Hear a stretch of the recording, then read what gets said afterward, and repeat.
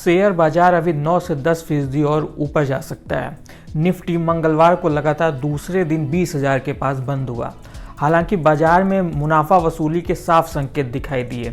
Mid cap और small cap index ने 3 से 4% का गोता लगाया। इतनी बड़ी गिरावट के चलते निवेशकों के एक दिन में करीब 5.5 लाख करोड़ रुपए डूब गए। ऐसे में यह सवाल उठने लगा है कि क्या शेयर बाजार में बना तेजी का बुलबुला फूटने वाला है या फिर निफ्टी यहां से और ऊपर जाएगा। निफ्टी अगर यहां से ऊपर गया तो वो कौन से शेयर होंगे जिनमें कमाई हो सकती है, आइए सबको विस्तार से जानते हैं। नमस्कार, मैं हूं विक्रांत और आप देख रहे हैं मनी कंट्रोल हिंदी। शेयर बाजार अभी 9 से 10% और ऊपर जा सकता है, ऐसा कहना है पोर्टफोलियो मैनेजमेंट सर्विस देने वाली फर्म मैराथन ट्रेंड्स के अतुल सूरी का। सूरी ने कहा कि कुछ लोगों को लग रहा है कि शेयर बाजार में बना तेजी का बुलबुला फूटने वाला है, लेकिन ऐसा नहीं है। निफ्टी यहां से 9 से 10% और ऊपर जाने की ताकत रखता है। सूरी ने कहा कि निफ्टी पिछले 2 सालों में 15 से 16% बढ़ा है, यानी एक साल में 7 से 8% की औसत तेजी, जो एक नॉर्मल रिटर्न है। किसी भी इंडेक्स के लिए इतनी तेजी को बहुत ज़्यादा नहीं कहा जा सकता है। सूरी ने कहा कि इससे पहले 2008 और फिर 2018 में हमें तेजी का बुलबुला फूटते हुए दिखाई दिया था, लेकिन अगर तब के आंकड़ों और अब के आंकड़ों को अगर हम रेशियो में देखें तो हम पाएंगे कि हम अभी 2008 या 2018 के स्तर के आसपास भी नहीं हैं।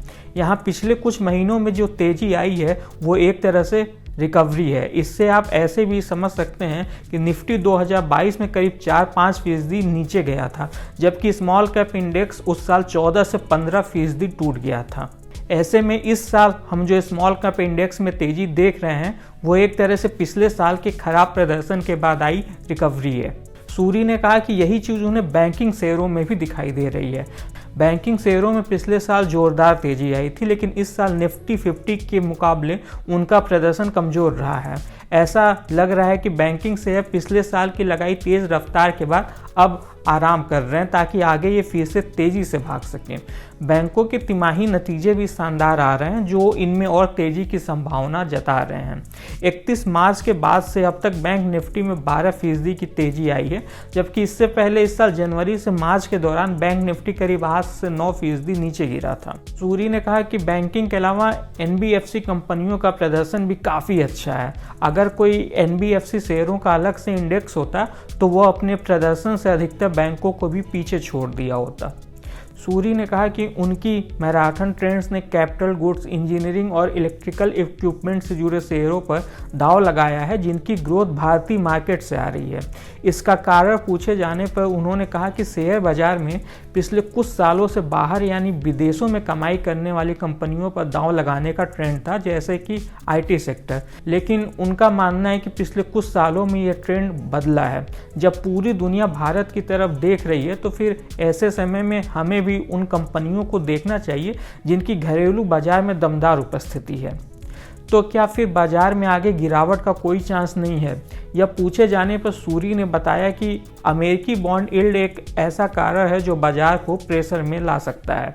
अगर यह और बढ़ा तो यह बाजार से पैसा खींच सकता है, जो स्टॉक मार्केट के लिए अच्छी बात नहीं होगी। इसके अलावा ब्याज दरों में बढ़ोतरी और क्रूड ऑयल की कीमतों में तेजी से भी बाजार को परेशानी आएगी, इसलिए इन पर आपको नज़र रखनी चाहिए। इस खास वीडियो में बस इतना ही, लेकिन हम यहाँ जाते जाते ये साफ करना चाहेंगे कि हमने बाजार को लेके आपको जो भी राय बताया है वो एक्सपर्ट की खुद की राय है, न कि मनी कंट्रोल की। स्टॉक मार्केट को लेकर कोई भी फैसला करने से पहले अपने एक्सपर्ट से सलाह जरूर लें। बिजनेस और शेयर बाजार से जुड़ी ऐसी ही खबरों के लिए आप हमारी मनी कंट्रोल हिंदी की वेबसाइट को विजिट कर सकते हैं। इसके अलावा आप हमें YouTube, Facebook, Instagram और X यानी कि ट्विटर पर भी फॉलो कर सकते हैं। Thank you.